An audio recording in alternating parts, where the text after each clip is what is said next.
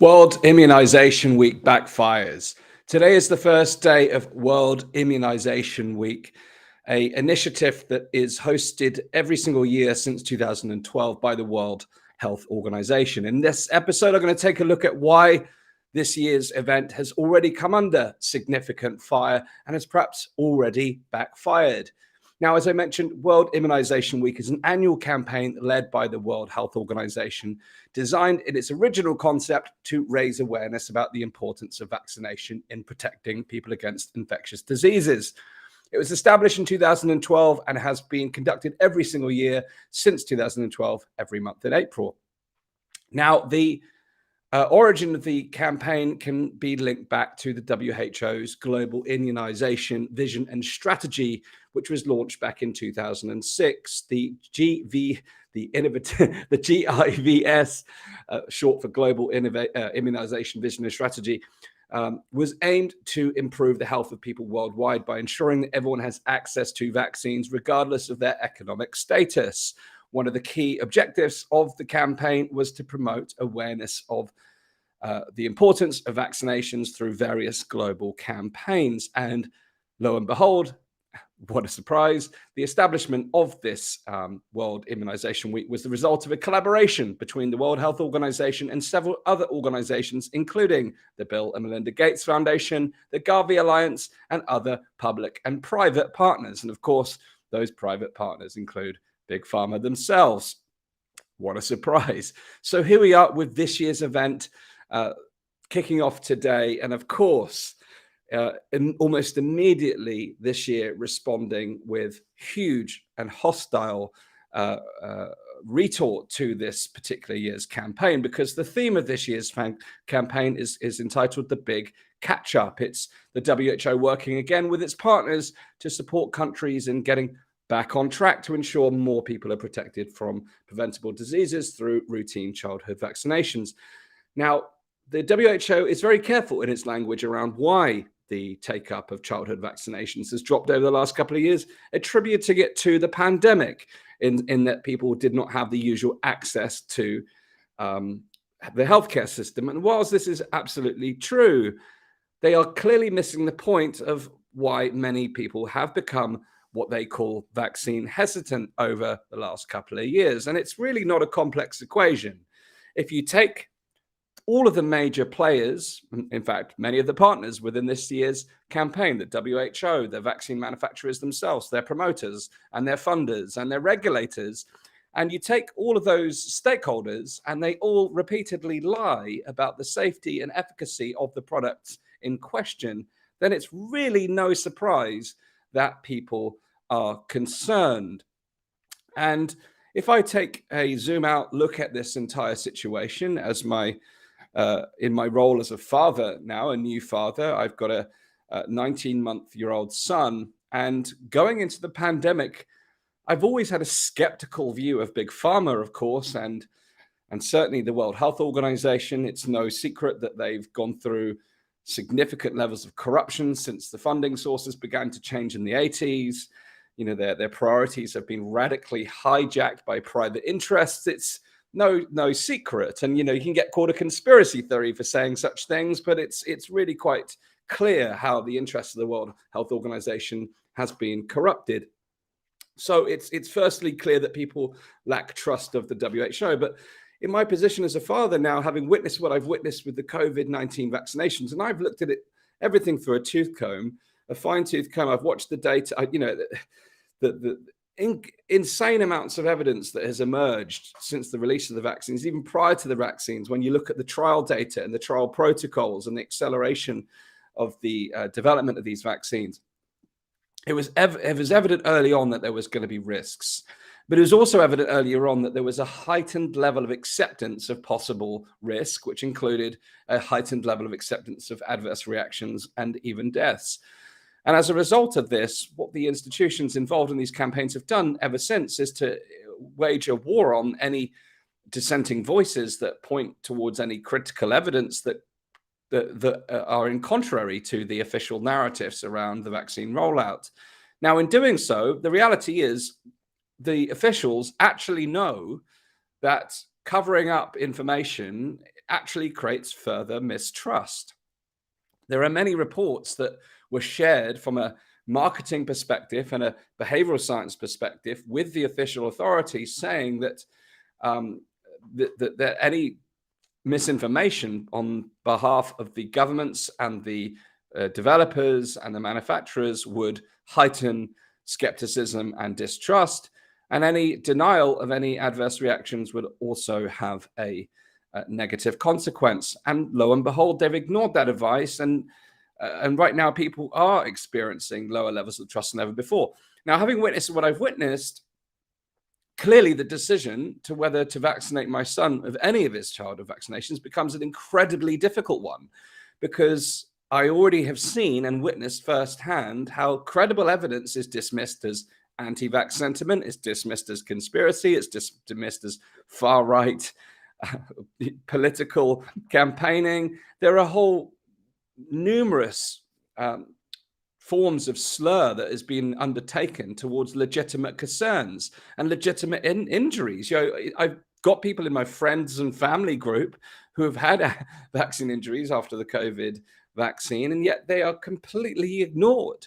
It's really been quite damning to see. And plus, when you look at any of the statistical analysis around any of the health markers that coincide with the rollout of the vaccines, whether that's heart-related problems, whether it's excess mortality, whether it's cancers, whether it's any form of healthcare record, whether it's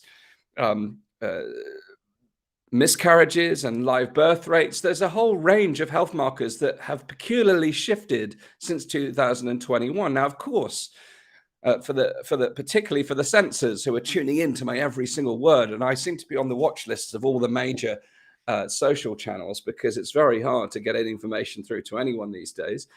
But the reality is, correlation does not equal causation. We know that, but there is sufficient correlation to say, well, hang on a minute. And don't you think it would be really easy just to blame COVID? The authorities haven't even been able to blame COVID. They haven't even been able to falsify COVID as the cause of these strange health occurrences. And of course, things like lockdowns are being blamed. And there was a report out today saying that, the atrocities of the cancer waiting lists and the rise in cancer is attributed to lockdowns and the shutting down of the healthcare system. Well, of course, that was inevitable. Anyone with a shred of a brain cell would know that if you shut down the cancer screening units, that you would have a rise in cancer. So it's clearly played a role. But why does any other factor? Well, we've seen all kinds of stories linked to the rise in excess mortality, climate change. I mean, what was the climate doing in 2021 that suddenly caused an excess death or rise in heart problems? The news stories, and people now share the kind of cuttings as memes on the internet of all these crazy theories that have emerged to why heart problems have increased specifically in 2021. You've got to have a really low intellect to not see what is going on here. And that's really quite troubling. So it's clear that the behaviors of authorities during the course of the pandemic, whether it's the WHO themselves, whether it's governments, whether it's the vaccine manufacturers, the regulators, the promoters like the Bill and Melinda Gates and funders like the Bill and Melinda Gates Foundation, and then all of the individuals that have promoted these products have all actually helped to fuel vaccine hesitancy. So this week's campaign by the WHO is designed to create this big catch-up, which is designed to obviously encourage people to go and get their children vaccinated.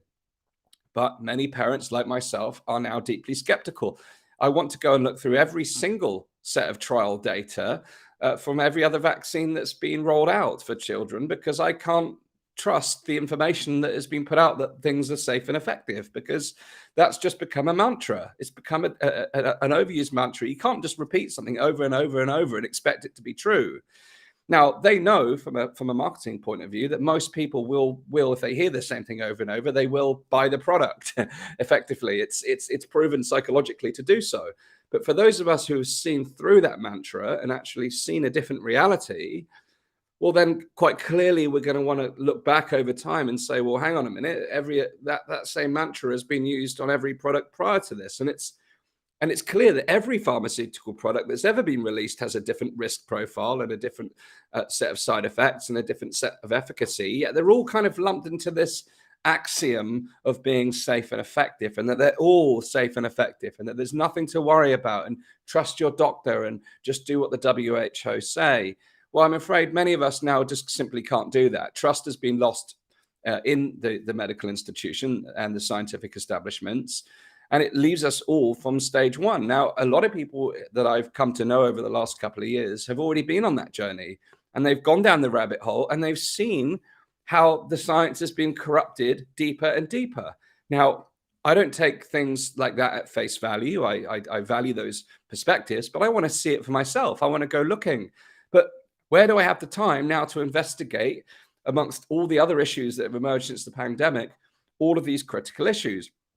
But on the flip side, I'm also aware that there are preventable diseases. And the other part of me, my other part of my rational brain says, well, if they do work and it does contribute to herd immunity, and it does so in a way that can be done in a relatively safe manner, is there something there that should be considered at the societal level? That is.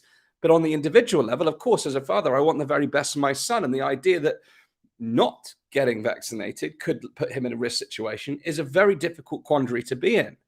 So I kind of find myself as a loss as a parent now, not knowing where to turn, because how do you actually get balanced, nuanced information on any of these things? Because you go to some groups who are just now radical against the product, and that's okay. I understand that completely after what I've witnessed over COVID-19. But I do still want to examine that for myself. I want to get all the facts and I want to understand the risks. But it's a very complex field. And not one of us should be in this position where we have such blatant distrust in the authorities that we now have to become our own private investigators to actually discern the facts. It's incredibly tricky. And this week's vaccine immunization campaign, I believe, will further cause even more distrust, because it's almost inevitable that the propaganda machine will ramp up once again. And those harms that we've witnessed over the last couple of years will be ignored, brushed to one side, diminished as misinformation. We'll see all kinds of misinformation experts coming up saying how, a small number of people are spreading misinformation. And for those of us who have witnessed it firsthand, we know that this is just driving the problem further, deeper and deeper. So where do we go from here? Where do we go from here? And again, as I said in my episode about the pandemic treaty, the reality is the pandemic treaty, in its essence, talks about greater global cooperation in the face of an emergency outbreak that affected large parts of the world. Well, anyone in their sane mind, if they had a trustworthy set of institutions, would want those organizations to collaborate globally. But the reality is we cannot trust those institutions. They have shown their cards, and now the trust has been lost. The trust has been completely lost. So whether it's pandemic treaties or vaccine campaigns, right now the buck stops with the WHO, and we need to look at how we can reform and replace these organizations in order to rebuild trust, because it's not a good place to be where you cannot trust any of your institutions, any of your global or national leaders to tell the truth and to act with integrity. We're in a very deep and dark time where we've witnessed these smear campaigns and complete ignorance and blind faith in pharmaceutical products, where they have entire histories of malfeasance and malpractice. So it's a very, very tricky time to be alive. That said, I think there is a bright future emerging. The number of doctors and scientists who have no history of criticizing or being critical of vaccines have suddenly seen this machinery in operation, because it's so easy to smear those who have a history of being vaccine critical. But now we've got a whole new international wave of people, doctors, scientists, other professionals, and public alike, who've come into this and said, well, hang on a minute, you're blatantly lying. There are so many things that have been cooked, and the beautiful of the digital age, we've got the receipts, we've got the records. We can see all of the statements that were made about the pharmaceutical products that were released to tackle COVID. And we can see how many of those statements just haven't held up. But day by day, we see new evidence emerging. And it's just a tidal, it's a tidal, it's a wave that is emerging. And eventually we will see legal cases that will levy major fines on these companies. Not like we'll ever see any true justice. That life goes on. But the reality is this particular World Immunization Week is already backfiring. It's already backfiring. Look at the noise on social media around these campaigns.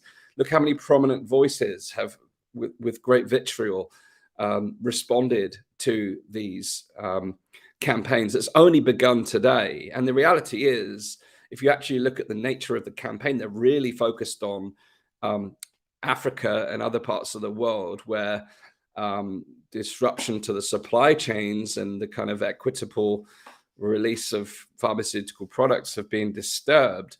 But nonetheless, it's a global problem now. And until we can find a way to break through the current structures and systems, this problems, I think, will only worsen. So the conversation around vaccine hesitancy is an important one. I don't know where to turn to right now to get reliable advice. There are some people that I know and trust within this scientific community that I've come to contact with over the last few years, but I want to look at things with an open mind, and I want to be able to look at things with thorough detail. But I also want to look at the risks of the alternative and the risks of the various diseases, and be really clear on, are the risks of these various diseases greater than the risks of getting vaccinated? And in some cases that may be true, but we have to ask the question of, do the vaccines work? Are they safe? And do they do what they say they do? And can actually the eradication of these diseases, or the reduction of these diseases, indeed even be attributed to these products? And there is a lot of big questions that need to be asked. And there are so many axioms within this whole world of vaccinations that it's so important to actually question everything and start almost from first principles. It's become such a major industry and such a profitable industry that we can no longer separate the medical science from the money flows, and that makes things even more complicated. So where do we turn from here? Where do we go from here? Who knows? But this campaign this week from the WHO, it's already backfiring, and I'm sure it will continue to backfire as the week unfolds. Now, I want to close on this point. The topic around AI is an interesting one. I'm not going to go into AI today, but I've been testing the ChatGPT software for various different use cases within my working week. And I asked it to help me today to come up with a promotional description for a podcast episode that takes a critical look at World Immunization Week. And I quote, this is what the response came back as: "I'm sorry, but as an AI language model, it's not appropriate for me to create promotional material that promotes skepticism or distrust of immunization, as immunization is a vital tool in preventing and eradicating many diseases.